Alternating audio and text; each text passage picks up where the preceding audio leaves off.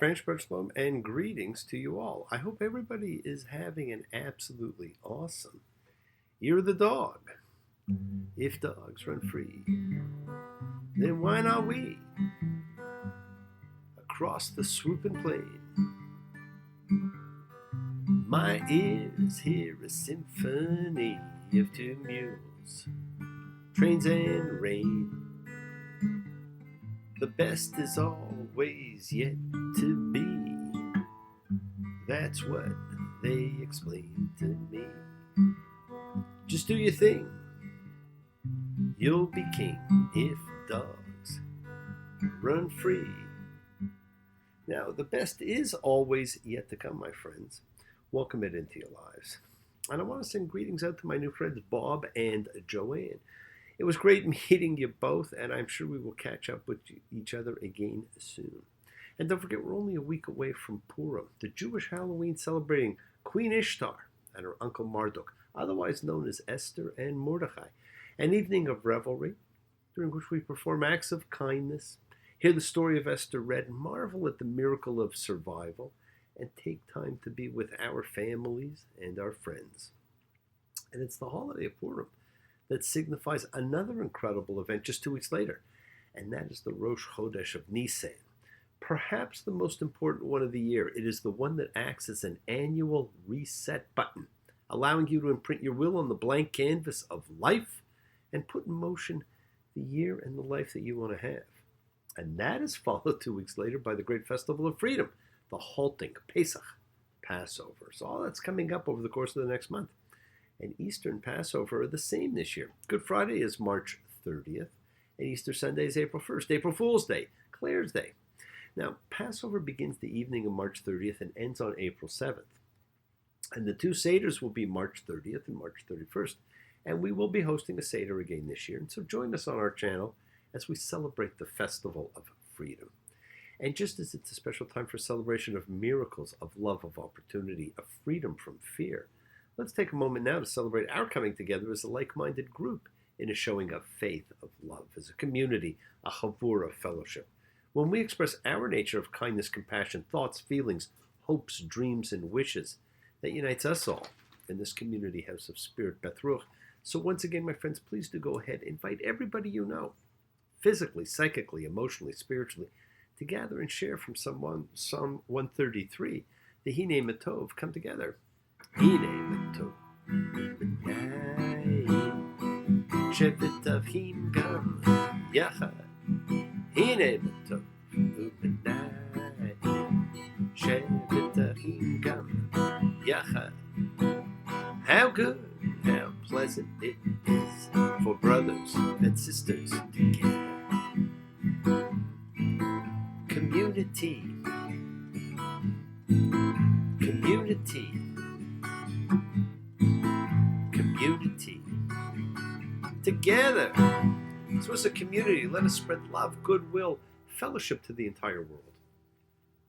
And the world has lost a great champion of fellowship, of inclusivity, of sharing and caring with the loss of Billy Graham.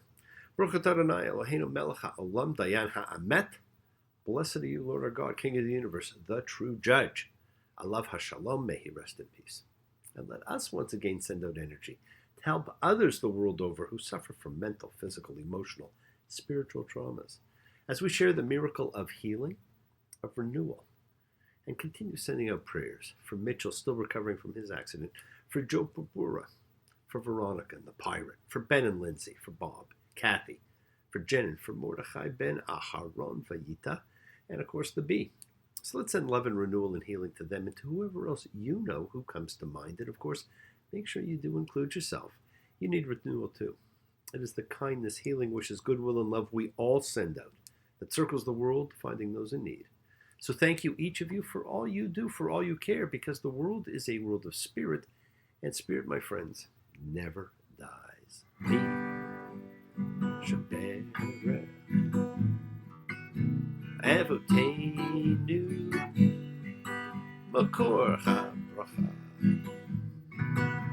Limotenu, may the source of strength bless the ones before us. Help us find the courage our lives a blessing. The renewal of body, the renewal of spirit. Let us say, Amen. Misha Baruch, let us all have our spirits renewed the world over. Now this week, we're actually going to learn more about the mechanics of a whole bunch of things. We're going to learn more about the oil that goes into the great lamp, the ephod. It's a linen garment associated with oracular practices. And of course, the great breastplate of Aaron, the high priest. This week we read, tetzavah, you shall command. A title having absolutely nothing to do with what we will read. Now remember, friends, the titles and the breaks in our readings came hundreds of years after the writing of the scrolls. Now this is actually a continuation of last week's introduction to the home of God, his abode, the tabernacle, and all the priestly trappings that go with it. It is a love poem, an ode to the Lord, and just as you want to shower your loved ones with great gifts to demonstrate their significance and your love, we want to shower God with the great gifts of our love for him. And as I thought about it, for some reason, the words to this song came to mind. I want you would not necessarily think of it as a love song between man and God. It actually very much is. Something is burning, baby. Are you aware? Something is the matter, baby. There's smoke in your hair. Are you still my friend, baby? Show me a sign. Is the love in your heart for me turning blind? I can feel it in the night, in the night, in the night when I think of you. I can feel it in the light, in the light, in the light, and it's gotta be true. You can't live by bread alone. You won't be satisfied. You can't roll away the stone if your hands are tied. Now, what appears to be a simple love song is actually a call to God and a call from God to us. Just change baby. Now, it's a song about love in the heart, but not being satisfied with just bread alone, and the ever-present theme of rocks in the Bible. Now remember, the rolling away of the stone was the seminal moment in the life of Jacob and ultimately the people of Israel, when he single-handedly rolls away the stone from the well to water the sheep of his uncle Laban, which are shepherded by Rachel, who goes on to become his wife and the mother of his sons Joseph and Benjamin. In the New Testament, Jesus orders the stone removed from the tomb of Lazarus before calling him back to life. And of course, the stone is rolled away from his own tomb at the resurrection, celebrated on Easter Sunday, when two great nations celebrate freedom. One, the freedom from fear. The other, freedom from sin. Love, a higher love, the creation of all these magnificent items in its worship of God that we're reading about is a testament to the love of the people for God. But there is another purpose, the transformation of Moses' brother and nephews into a distinct priestly caste. And it's the brilliant priestly costume for glory and for splendor that most impressively affects this transformation. We are told, Exodus 29:9, you shall install Aaron and his sons, and they shall have the priesthood as an eternal law. This is for keeps, my friends. They need special gear to go along with their new roles. And like a king, the high priest wears a crown. Exodus 28:2. And you shall make holy clothes for Aaron, your brother, for glory and for splendor. Splendor, beauty. Now, beauty inspires. Building beautiful places for the practice of religion is a valuable thing. Of course, this does not mean building great edifices at the expense of the starving masses, nor does it mean focusing on just outer trappings and missing the content and spirit that they serve. There must be balance, there must be wisdom. But we must recognize the value of art and beauty, the building, the priest's clothing, the music, the smells, the tastes. Religion is not the enemy of the senses. No, religion spirit is an engagement of the senses. Now we're given a very detailed, very fancy description of everything. Exodus 28:15. You shall make a breastplate of judgment, designer's work, and you shall place in the breastplate of judgment the Urim and the Thummim, that they be over Aaron's heart when he comes before the Lord. Now, these are the most interesting and least talked about direct means of communication with God that we've ever known. And after the destruction of the first temple in Jerusalem, the loss of the ark, the tablets, the tabernacle, the Urim and Thummim, much of the feeling for the sacred must have been lost. And since the destruction of the second temple, our sense of the sacred is diminished even more. So it's become even harder to comprehend this aspect of the biblical world and to appreciate the power and the awe that were associated with sacred objects, sacred places, and the priesthood. The ancient audience of this text had an immense advantage over modern readers because it would have had some actual glimpses of all this splendid raiment and priestly ornamentation. So the people would have had a concrete notion of what was being referred to. There have been endless latter-day efforts to reconstruct the wardrobe and to analyze the technical terms that are used to represent it, but these are no more than a series of blends of guesses and approximations. We just don't know. Now Moses will do the first, and it will be his last sacrifice because he's about to hand over to the priesthood the forever right to control all future sacrifices. This new group will be the custodian of God's abode because God is setting up home. Exodus 29:43. And I shall meet there with the Israelites, and it shall be consecrated through my glory.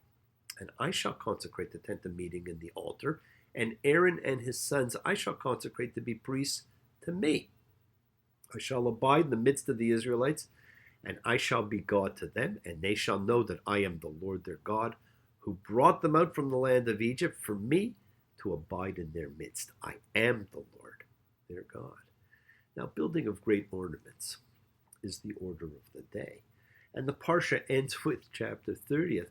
And you shall make an altar for burning incense. Acacia wood you shall make it. A cubit its length and a cubit its width shall be square, and 2 cubits its height. From the same piece its horn, and you shall overlay it with pure gold. Its roof and its walls all around, its horns you shall make for it a golden molding all around. Now this is for the burning of incense, which is the first function of Aaron and his sons, and perhaps the thing that condemns Nadab and Abihu to their surprising deaths. And we begin to see that there are distinctions taking place within the priestly realm, dividing donations and different types of offerings, sin, elevation, atonement, guilt, and there are plenty more to come. We're given great insight into how the people perceived holiness and the spiritual realm in biblical times. Exodus 29:37. Anyone who touches the altar will be holy. The quality of being holy can be spread. Coming into contact with the ark, which is in a state of holiness, renders one holy as well. The condition of impurity may be spread by contact too, and that'll be a bigger concern when we read Leviticus. The Torah involves a belief that there are certain conditions which are invisible, but which have an effect on persons and objects. The spreading of holiness by contact also confirms that the word holy does not refer to just being apart or separate, as we've often thought in the past. Holiness is a powerful condition related to closeness to the divine, and this was a group that was closer to the divine than any other group in history. And the need for holiness, my friends, is great, because once these things are established, then God will meet with Moses and the people there. God will be present among the people. God will be their God, and they will know that God is their God. Now, this is written there, and this is actually one of the most crucial passages in the Torah, because this is the basis of all of the law and most of the episodes that will come in Leviticus, Numbers, and Deuteronomy. You taught me how to love you, baby. You taught me oh so well. Now I can't go back to what was, baby. I can't unring the bell. You took my reality and cast it to the wind. I ain't ever gonna be the same again. Yes, the world is sacred, and so is everything in it. Express your gratitude. Light a candle, make a wish. Celebrate your life and the lives of those you love. Share your feelings with them. Live free, be free, honor your freedom. Be well, be happy, be blessed. Share and honor the light. Honor all who live in the light and continue to shine. Continue to send everyone you know goodwill and love. Pray for peace and freedom for everyone. And end the terror and hatred. Remember, my friends, we're a community. We learn together. We celebrate each other. We love each other. We share this right together, men and women equally. So let's send out love, not fear. Send out peace, harmony, goodwill, healing to all who need it. And please do learn to forgive and learn to love, including yourself. Open your hearts, honor the relationships of your life, and tell those that you love them. Now take advantage of the time you have and enjoy your journey. We take the twists and turns and the patterns that weave through the fabric of our lives in our effort to grow, to learn, to be, to love. So please do love.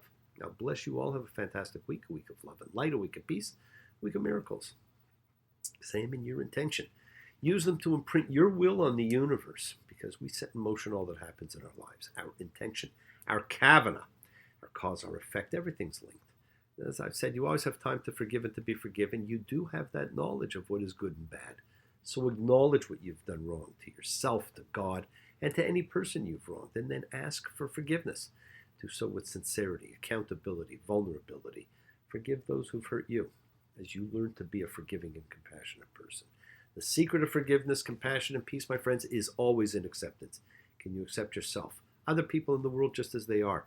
Can you accept life just as it is without trying to control it? If you do, you can experience the peace that acceptance brings. Now remember, when you are present, you interact with life without trying to prove anything or push any agenda. And when you are present, my friends, you are aware of the vitality and aliveness that is both inside and outside of you. You are one with the universe. So do not stop your journey. Keep moving towards your promised land. Keep on dreaming, keep on being, keep sharing, keep shining, keep teaching, keep spreading joy and goodwill. And holiness, it spreads. Do not follow fear, follow love. It's always there in front of you.